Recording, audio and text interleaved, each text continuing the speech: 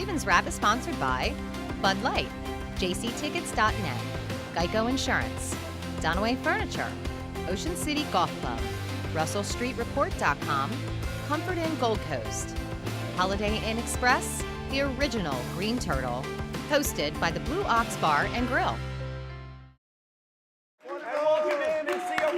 Green Turtles Ravens Wrap Show right here on Comcast Beach TV at Delmarva's Rock Radio, the strongest signal Ravens affiliate on Delmarva, 93.5 The Beach. We are broadcasting from the Ravens Room in the Blue Ox, 127th Street and Coastal Highway in Ocean City with Ravens Roost 44. Give yourselves a hand. 44!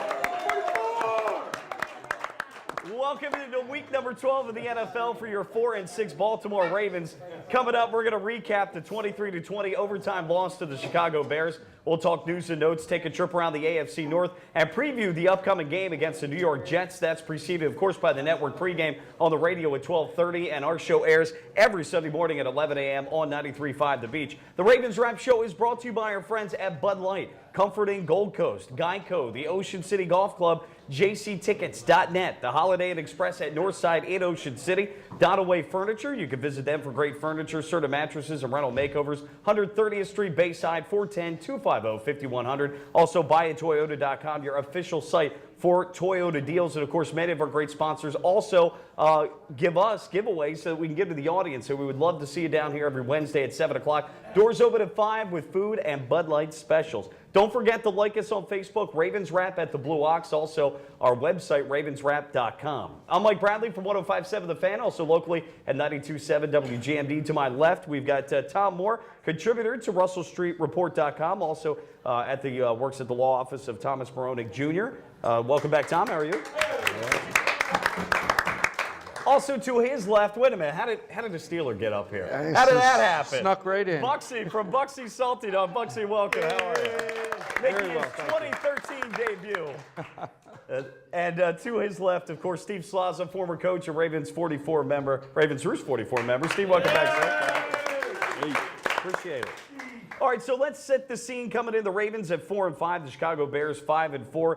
The Ravens had a couple of guys that were out for the game. Defensive tackle Haloti Ngata, who was definitely missed in the game. We'll talk about that coming up. Wide receiver Marlon Brown with a knee. He was inactive as well. For the Bears, they had some really key guys that were out for this game. Quarterback Jay Cutler, cornerback Charles Tillman, linebacker Lance Briggs. They also had defensive end Shea McClellan, who was out, and even their long snapper was out for this game as well. And, of course, this game was very unique in the fact that after the Ravens went up 10-0 on a Justin Tucker 52-yarder with 4:51 remaining in the first quarter, fans were ordered to take cover as players headed to the locker rooms while heavy rains and winds whipped through Soldier Field. They emerged 2 hours later as if nothing happened, with sky clearing and the sun coming out. But rain and wind did return into the third quarter. But, of course, there were tornado warnings for the Chicago area, and tornadoes hit anywhere from about 150 miles away, working himself closer to Chicago. Certainly thoughts and prayers go out to those in the suburbs of Chicago that were affected by it. But, you know, Tom, we'll start off. Last year, a very similar situation, the Super Bowl, the Ravens with a lead on San Francisco, all the momentum, much in the same way. The Ravens, for the second straight week, they score in the first quarter, which had been something they hadn't done all year. They go up 10-0, and then boom, you know, all the momentum gets sucked out with the delay. That's it. The lights went out in the Super Bowl, and then the momentum disappeared. Same thing happens in Chicago.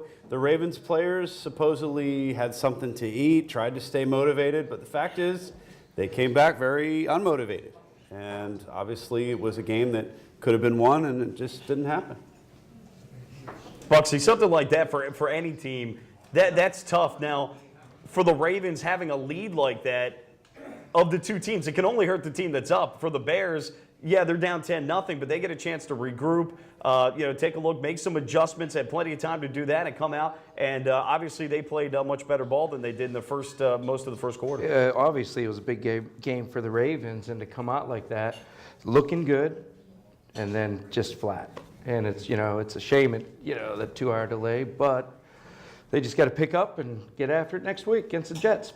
No, that's what I mean. Steve, you take a look at this, and it was a big game for the Bears too. But for the Ravens, I understand the 2-hour delay. Both teams have to deal with it though, and if anything, the Bears are the team having to come from behind though, so they have to kind of ratchet up that energy as well. But again, I understand the 2-hour delay, but I find it hard to make that an excuse for the Ravens. They needed this win.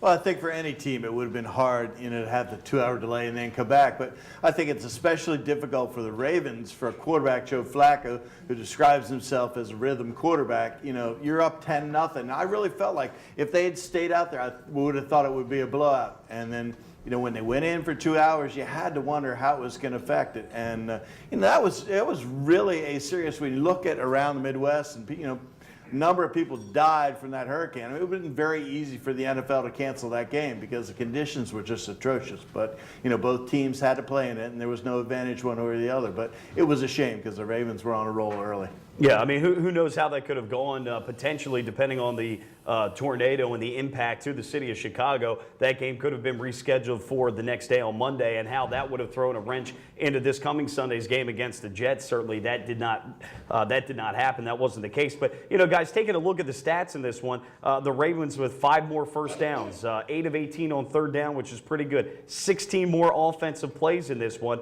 The rushing game. We finally found a run game, and Ray Rice had an excellent game. The offensive line had an excellent game. Rice, 25 carries, 131 yards, and a touchdown. We finally find that. You go down the list a little further. 2 of 3 in the red zone. Also, penalties, which have plagued this team this year, 5 for 46. Given the season they've had, that's actually pretty good compared to the Bears, who had 13 in this game for 111 yards. And also 5 more minutes of possession. But the key, Tom, 2 turnovers that led to 10 points. Yeah, and one of the turnovers was Joe Flacco not getting a block from Ray Rice that he needed to get, and then throwing a pick that should never have been thrown. I mean, he's got to know if a guy's coming and putting his hands up, you throw it away or throw it over him, whatever you got to do. It was just a horrible pick. The other one wasn't as bad, but when you give up 7 points that easily, it's really tough to score points in this league, and to give it up that easily is just terrible. The margin of error, Bucksy, is very thin in the NFL for any team because of the parity. I mean, and both the Ravens and Steelers are having their struggles this year, and that obviously shows. I mean, if that you just can't. Neither team seems to be able to get over the hump sometimes at that department. Turnovers are key, and I mean that wins or loses the game. Obviously, Joe, when they were up 10-0, I thought he looked well. I thought he was playing great, but it seemed to affect Joe Flacco more than anybody. Fortunately, he did have the rushing game going. And but turnovers, one turnover, 2 turnovers, that's it. That's key. Steve, you take a look at the fact that we did run the ball and ran it very effectively, and we hadn't had that all year. I mean, and so I guess that's one of the disappointing factors in this game, is that finally Joe was able to get some balance, although you could argue with the field conditions it wasn't optimal for the wide receivers, but nonetheless both teams had to play in it, and obviously the Bears were able to make a few more plays in the passing game than what the Ravens were able to. Yeah, I mean, coming off that first rushing play, that 47-yard play, and, A.Q. Shipley will probably never have a game like that in his life. He had an unbelievable block, and he had an unbelievable block on the goal line, and the line is starting to come together. And, I was one of the few people who I left that game feeling like, okay, this game was really a step. We took a step in the right direction. When you hadn't rushed for anything and, had a running game, where you came on with 141 yards, it was a real nice day. And, I thought there were a lot of positives out of that, but, at some point you've got to win. This was the 5th game that we could have won. Denver, no, we're not going to win that one. But then you've got 4 of them on the road where you just weren't able to punch it in at a key time. We're 5 plays away from being, 9-1. Well, let's go back to the turnovers, because of the fact that, Tom, they led to 10 points in this game, and not everybody was pointing out the fact that was as much on Ray Rice on the first interception on that throw to the flats to Vonta Leach that never made it there. That was as much on him as it was on Joe. Ray Rice tried to cut the guy. It didn't work, and the defensive end was able to get his hands up and intercept the ball. That's still got to be a better throw from Joe as well, trying to get over top that guy. So, but I have a hard time blaming Joe Flacco completely for that. Some people in the media did, though. No, and he shouldn't get all the blame. He should know better than that. But this is a team game. You've got to have your team make team plays. Ray Rice has got to be fundamentally sound in how he does a block. Joe's got to know that if Ray doesn't get the block down, I'm going to pick my teammate up. And Joe has had a really hard time this year compensating when his teammates don't get the job done. And a perfect example of that was the Buffalo game. Joe should have picked up and played a lot better in that. Instead, he responds to poor play and non-catches by his receivers by making other bad decisions. And that's a problem. Well, let's talk about the Buffalo game as it relates to this one. On that second pick, 3 guys were around, although I thought the linebacker made a pretty darn good play on that. Joe threw it as close to being in a good spot considering the defense as you could make it, but there's some sort of thought that Joe's trying to force the issue because other guys aren't stepping up either to make plays in this game, and that sometimes we could blame him for the interceptions, but that he's just trying to make something out of nothing, and that's when guys are pressing, obviously. There's a difference between a smart decision to do that and a dumb decision. A couple of times in the Bears game, Joe was throwing into double, sometimes even triple coverage. I mean, that's outrageous. There's got to be somebody else open.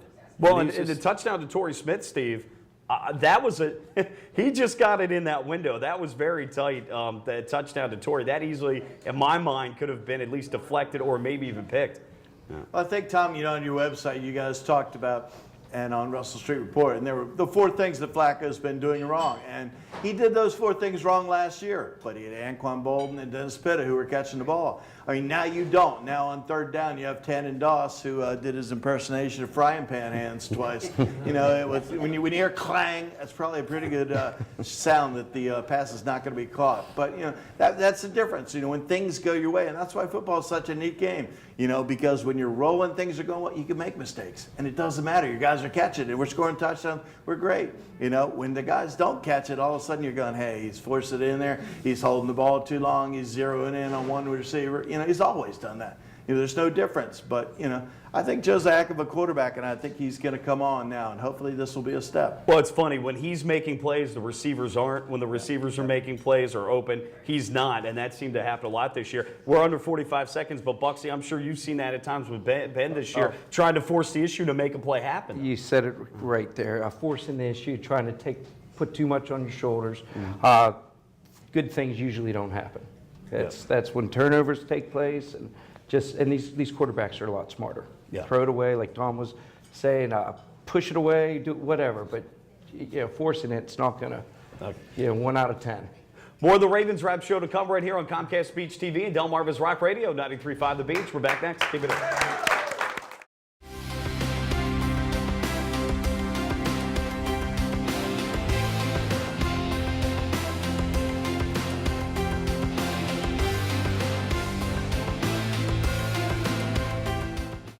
In April 1959, Art Wall won the Masters, edging out Carey Middlecoff and Arnold Palmer by finishing birdie, birdie, birdie, par birdie. 1 month later, Ocean City Golf Club celebrated the opening of their first 18 holes. That course has been transformed now into one of the most scenic golf layouts on the East Coast. Come experience 36 of the most beautiful and challenging holes you'll find anywhere.